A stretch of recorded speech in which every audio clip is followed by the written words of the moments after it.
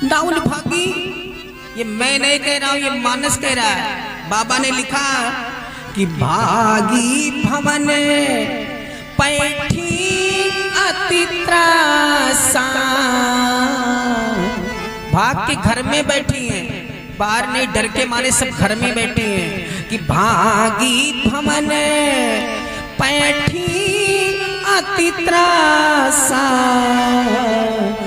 गए महेश द्वार चर नहीं भवा लौटी के द्वारे पर से, गए महेश जहां जनवासा, गए महेश जहां जनवासा।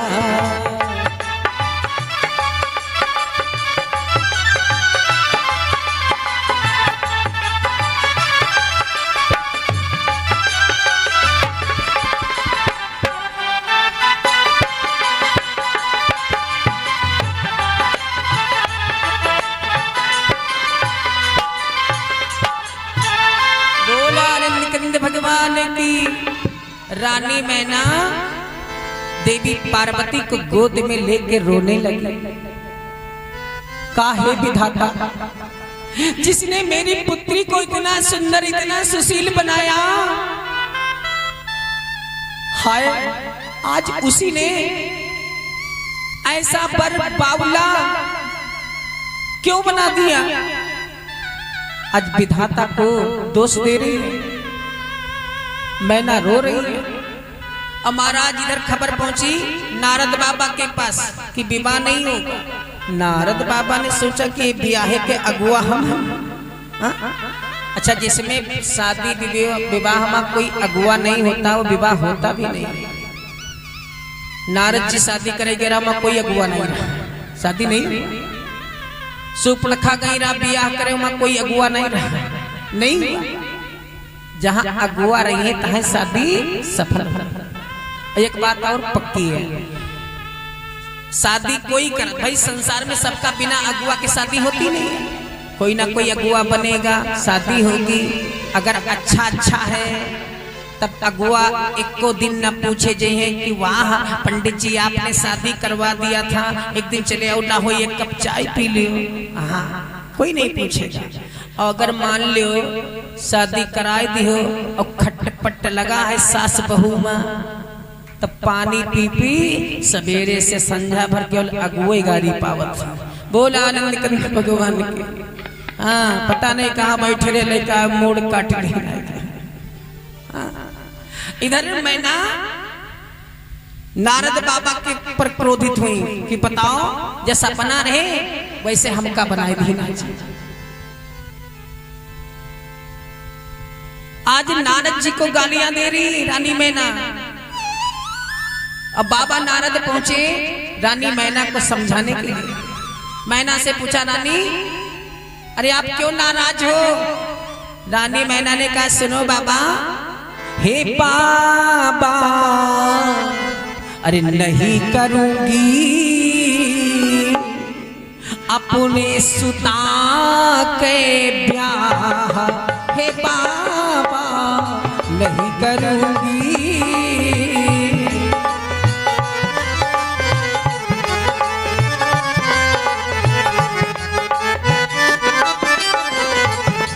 हे नारद नहीं करूंगी अपने सुता के ब्याह, हे बाबा नहीं करूंगी।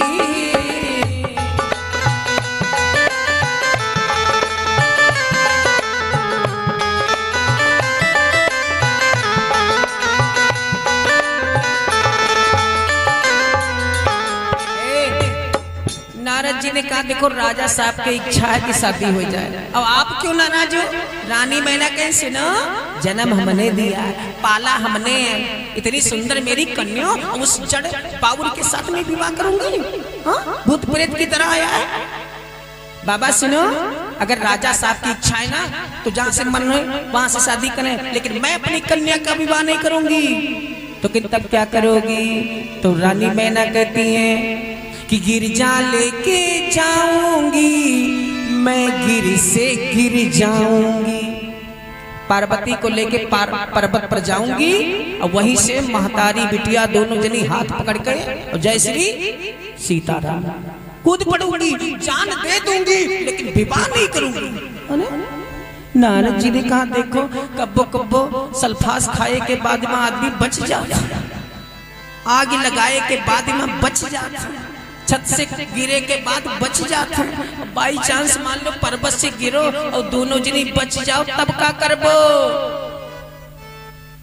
तो मैना ने कहा बाबा तो नारद अगर मैं बच गई तो हे बाबा वही करूंगी जो मन में बसेगा मेरे ब्याह में बाबा वही करूंगी, मन में बसेगा जो ब्याह हे नारद वही करूंगी।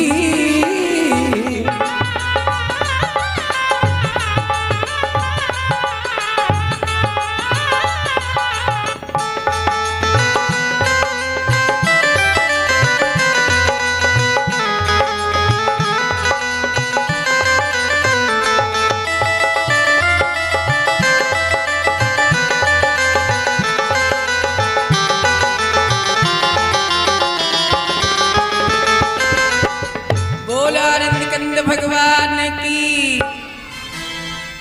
अब नारद बाबा को गुस्सा आया, कहा क्या ए रानी तुम 1 घंटा से एक ही बात डट रही हो, मेरी बिटिया मेरी लड़की मेरी कन्या है, तुम्हारी एक कन्या नहीं है। रानी मैना ने कहा जन्म मैंने दिया, पाला पोसा हमने है, ये मेरी कन्या नहीं तो किसकी है? तो नारद ने कहा सुनो ये कन्या है ही नहीं, ये संसार की माता है। कि हे रानी तेरी सुता नहीं। सब लोग तालियां बजाएंगे बड़े भाव से, क्योंकि माता जी की यहाँ नारद बाबा पोल खोल रहे हैं।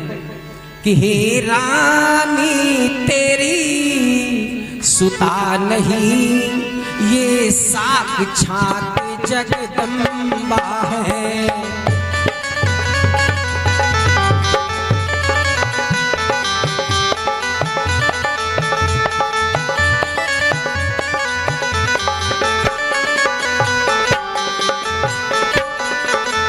हे रानी तेरी सुता नहीं, ये साक्षात जगदम्बा है।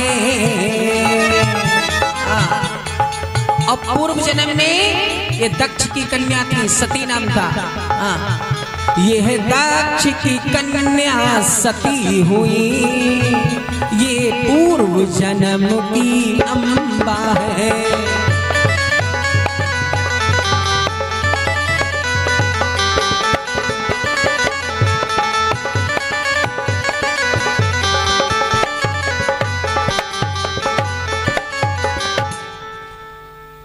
बोला नीलकंठ भगवान की। नारद जी कहते ये सदा शिव की अर्धांगनी है, भवानी है। जब जब इनका जन्म होगा तब तब शिव के ही साथ में विवाह होगा। हे महाराज मैना मान गई, प्रसन्न हुई। सारे राजमहल में खुशियां फैल गई। सब लोग एक दूसरे के कान में कहने लगे हे बेटी ये लड़की नहीं है, ये तो दुर्गा जी है, ये साक्षात जगदम्बा है, भवानी है। हे महाराज और उधर मैया पार्वती ने मन ही मन बाबा भोलेनाथ का ध्यान किया कि हे आस्तोष ये बियाह कर आए हो कि हम मदारी बन के आए हो? अरे अपने आप को इतना सुंदर बनाओ कि ससुराल में प्रशंसा हो, गारी ना मिले। अब भोले बाबा ने अपने सुंदर स्वरूप को महाराज प्रकट किया। बोल आनंद कंद भगवान की। आज राजा हिमांचल के आंगन में बड़ा सुंदर मंडप बना हुआ है और उसी मंडप के नीचे राजा हिमांचल रानी मैना कन्यादान प्राण ग्रहण कर रहे हैं। आइए बड़े सुंदर भाव से बाबा भोलेनाथ का विवाह कराते हैं।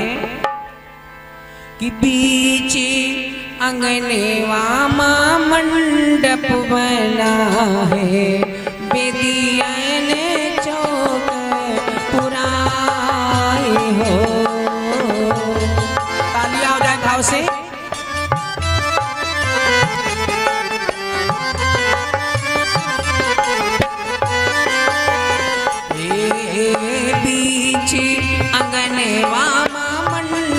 बनाए, बेदिया ने चौक पुराई हो।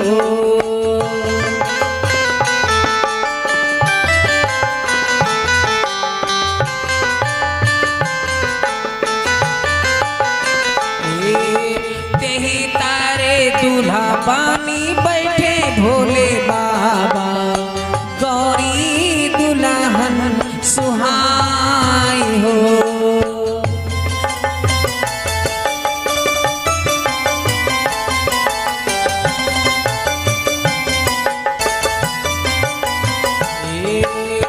ब्रह्मा जी वेद उच्चारण लागे, देव रहे हर साई हो।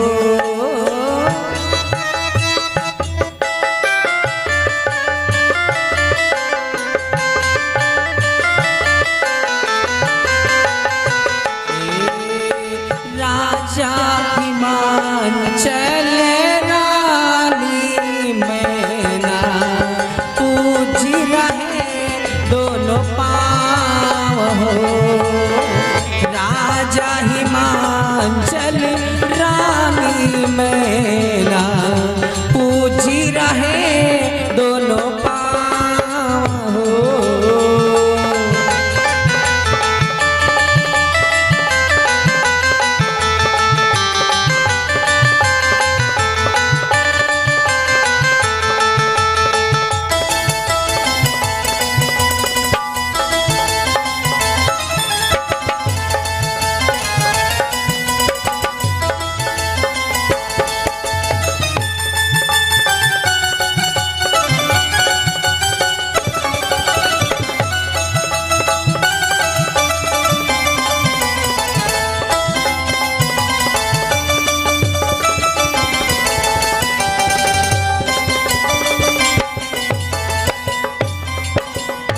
बोलो आनंद कंद भगवान की। हे महाराज, बड़े सुंदर ढंग से विवाह संपन्न हुआ। सुबह हुई, समस्त बाबा भोलेनाथ के बारातियों को आज राजा हिमांचल के ने बड़ी सुंदर व्यवस्था की है।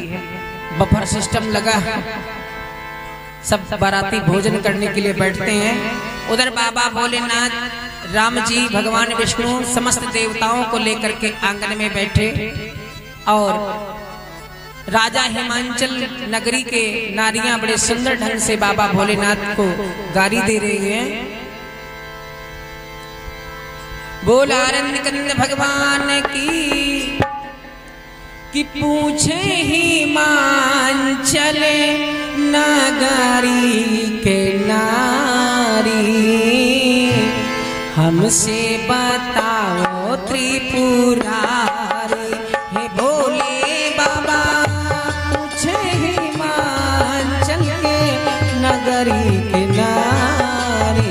तालियां हो जाए क्योंकि बाबा भोलेनाथ भोजन पर हैं।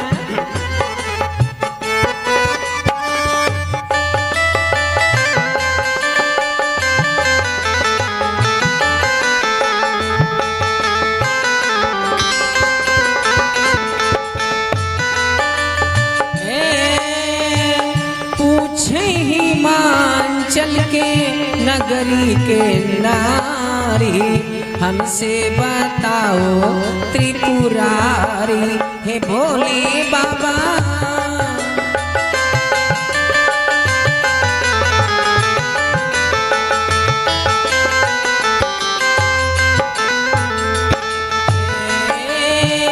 यही जगी माँ कौन बाप तुम्हारे। ए भोलेनाथ, ये बताओ तुम्हारे बाप कौन है। भोले बाबा सोचे अपने मन में, क्या बताए दीदी, जब मेरा जन्म ही नहीं हुआ है। कौन है जग में बाप तुम्हारे, कौन है तेरी महतारी। है भोले बाबा,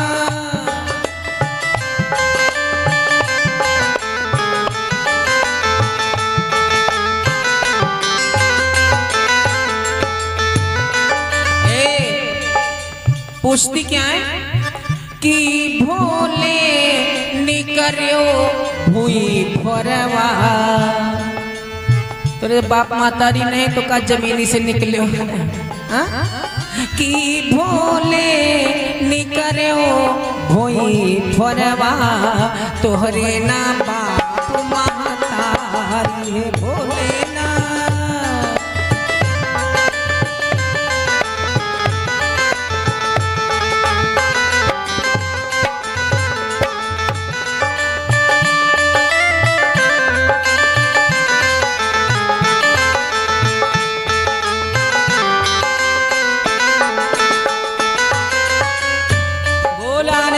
भगवान की पर आज जीवनार हो गया। सुबह का समय हुआ, विदाई का समय आया। बाबा भोलेनाथ ने राजा हिमांचल से कहा कि अब विदाई का मुहूर्त है, आप विदा कीजिए। राजा हिमांचल ने रनिवास में खबर भेजवाया कि पार्वती को तैयार करके और डोली में बैठाया। हे महाराज, पिता को जीवन में 2 बार बहुत कष्ट होता है। पहला, जिस दिन पुत्र बांट करके अलग होता है, उस दिन रात को माँ बाप को नींद नहीं आती कि आज मेरा पुत्र मुझसे अलग हो गया। दूसरा, जिस दिन बेटी विदा होके घर से जाती है, उस दिन बाप को कष्ट होता है, रात में नींद नहीं आती। बाप सोचता है कि आज से कौन कहेगा बाबूजी चाय पीकर जाइए, बाबूजी चश्मा भूले जा रहे हो लेके जाइए। रात तक कौन इंतजार करेगा कि अभी मेरे बाबूजी आ रहे होंगे। पूरा परिवार तो सो जाता है, लेकिन बेटी अपने बाबू का इंतजार करती है, मेरे बाबूजी भी आएंगे, ठंडी हो या गर्मी हो। अपने पिता की निस्वार्थ भाव से सेवा करती है। आज से कौन पूछेगा? उस दिन बाप को बहुत कष्ट होता है। आज रानी मैना भैया देवी पार्वती को गोद में लेकर रोने लगी, बार बार धिक्कार देती, विधाता आपने नारी जाति क्यों बनाया कि आज तक मैं इसको पाल पोस करके दूसरे के घर भेज रही हूं। आज रानी मैना रो रही है कि रो रही रानी मैना भवन में, आज बेटी विदा हो रही है। रो रही रानी मैना भवन में।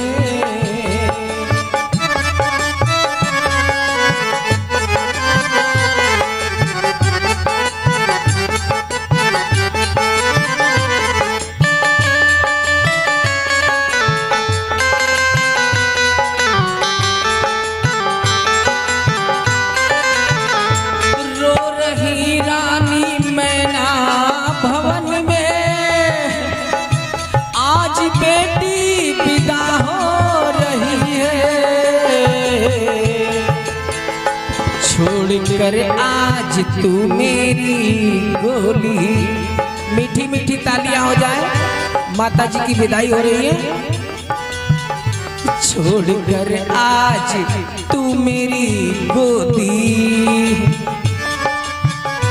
हाय बेटी कहाँ जा रही है। छोड़ कर आज तू मेरी गोदी।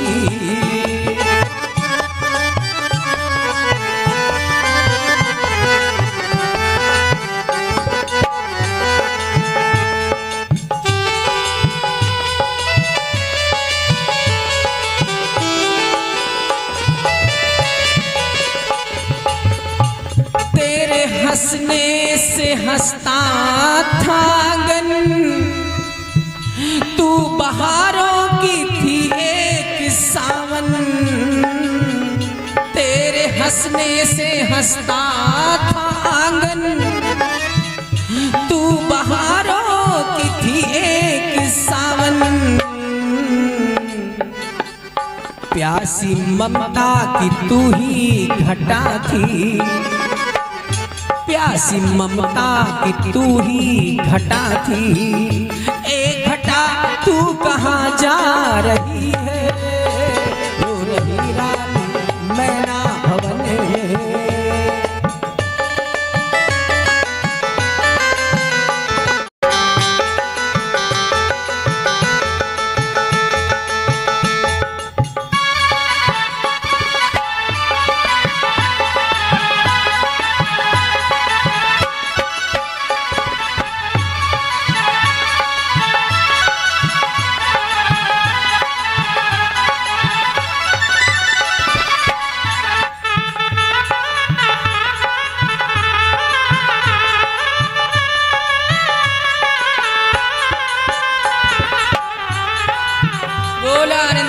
भगवान की, बोले पार्वती मैया की। हे महाराज, मैया पार्वती को राजा हिमांचल ने डोली में बैठा करके अब विदा किया। रानी मैना ने बड़ा सुंदर उपदेश दिया और देना भी चाहिए। हर माँ बाप को अपनी बेटी को यही उपदेश देना चाहिए। मैना कहती है, बेटी करे हूँ सदा शंकर पद पूजा, और नारी धर्म पति देव न दूजा। करे हूँ सदा शंकर पद पूजा। वैसे तुम्हारे सास ससुर देवर देवरानी ननद जेठानी कोई नहीं है, कोई खटराग नहीं है, लेकिन तुम्हारा पति है, एक ही पति है, तो तुम्हारे धर्म कहता है, व्रत कहता है कि करे हो सदा शंकर पद पूजा, और नारी धर्म पति देव न दूजा। पति के सेवा ही सबसे पहला धर्म। ये नहीं कि पति खेते से काम करके आए बिल्कुल पस्त है, प्यास के मारे गला सूखा है, और पत्नी लोटा में जल लिहा दौरी है, माता जी को मंदिर चढ़ावे जाती है, वो सुखान जाते हैं द्वारे पर। तो महाराज, इस प्रकार पूजा करने से, पाठ करने से कोई लाभ मिलेगा नहीं। पति प्रसन्न रहेगा तभी आपका व्रत पूर्ण होगा। बोल आनंद कंद भगवान की।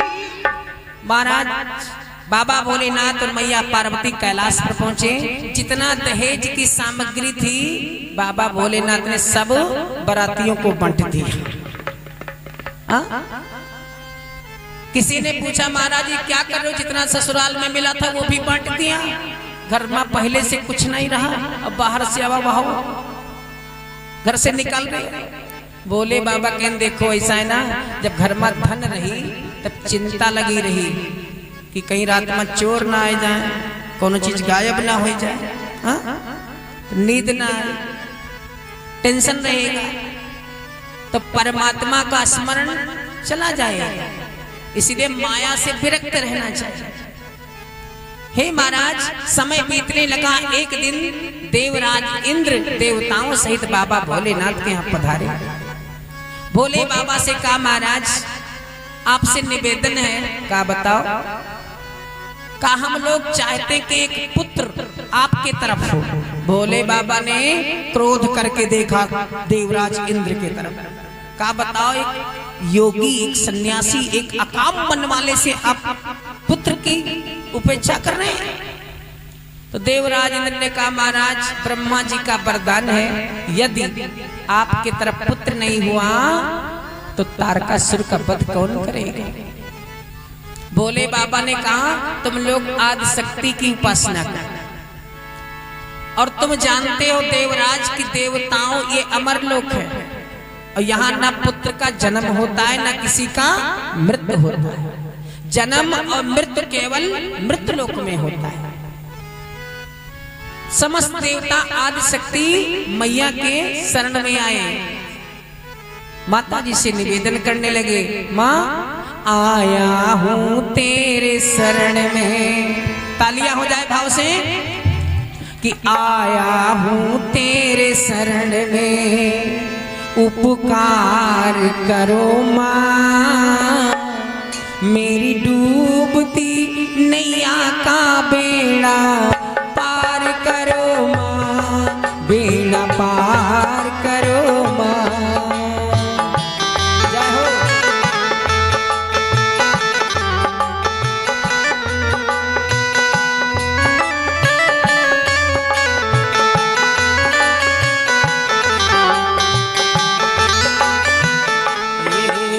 आया हूँ तेरे शरण में, आया हूँ तेरे शरण में, उपकार करो माँ, मेरी डूबती नैया का बेड़ा पार करो माँ, बेड़ा पार करो माँ।